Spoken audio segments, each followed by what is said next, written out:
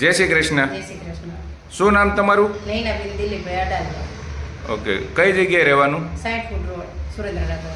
સુરેન્દ્રનગરમાં. હા. ઓકે, તો નૈનાબેન તમારા શરીરમાં કંઈક તકલીફ હતી, તો શું તકલીફ હતી ત્યારે જણાવો. પેટનો દુખાવો હતો, બેયનો હતી અને ઢીંચણ દુખતો હતો. ઢીંચણનો દુખાવો, કમરનો દુખાવો અને બેસી ન શકાય ને પગમાં ખાલી ચડી જાય ને એવું થતું હતું? હા, હાથમાં અને પગમાં બેયમાં. હાથ પગમાં ખાલી પણ ચડી જતી હતી. તો ડોક્ટરને તો બતાવ્યું હશે ને હા, તમે? બતાવી હતું. તો એમને એમ કીધું કે તમારે ઇન્જેક્શન લેવું પડશે. ઇન્જેક્શન લેવું પડશે.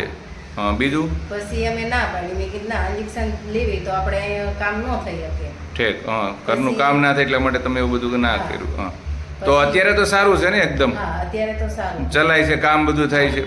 તો એ સારું થયું કઈ રીતે એ બતાવો જરા. આપણે સુરતથી અમે બાજુવાળા હતા તો એને સંબંધી હતા તો એની આગળથી મેં દવાઈનું કીધું, પછી એને મંગાવી દીધી. તમારા સગાને સારું થયું હતું એટલે એને નંબર આપ્યો એને તમને? નંબર આપ્યો. પછી અમે દવા અહીંયાથી મંગાવી. સુરતથી દવા મગાવી. હા. અત્યારે એનાથી એકદમ કમ્પ્લીટ. હા.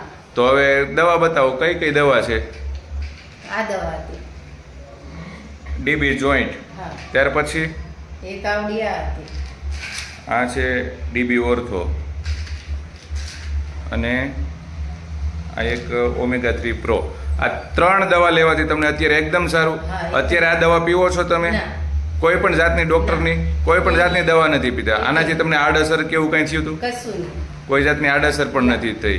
અને કેટલા દિવસમાં તમને રિઝલ્ટ મળ્યું હતું? મને તો 15 દિવસમાં થાય. 15 દિવસમાં જ રિઝલ્ટ દેખાવાનું ચાલુ થઈ ગયું. હા. તો તમને સારું થયું પછી તમે પણ તમારા સગા લોકોને કીધું હશે ને? હા. તો એ લોકોએ દવા મગાવી હતી? હા.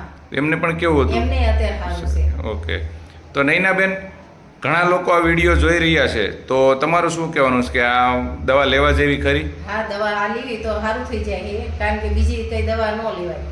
આ હા. બીજી દવા લેવા કરતાં આ દવા સારી છે, કોઈ આડઅસર નથી થતી અને રિઝલ્ટ મળે છે 100%. એવું તમારું કહેવાનું છે. તો નૈનાબેન, ઇન્ટરવ્યૂ આપવા બદલ ખૂબ ખૂબ આભાર તમારો.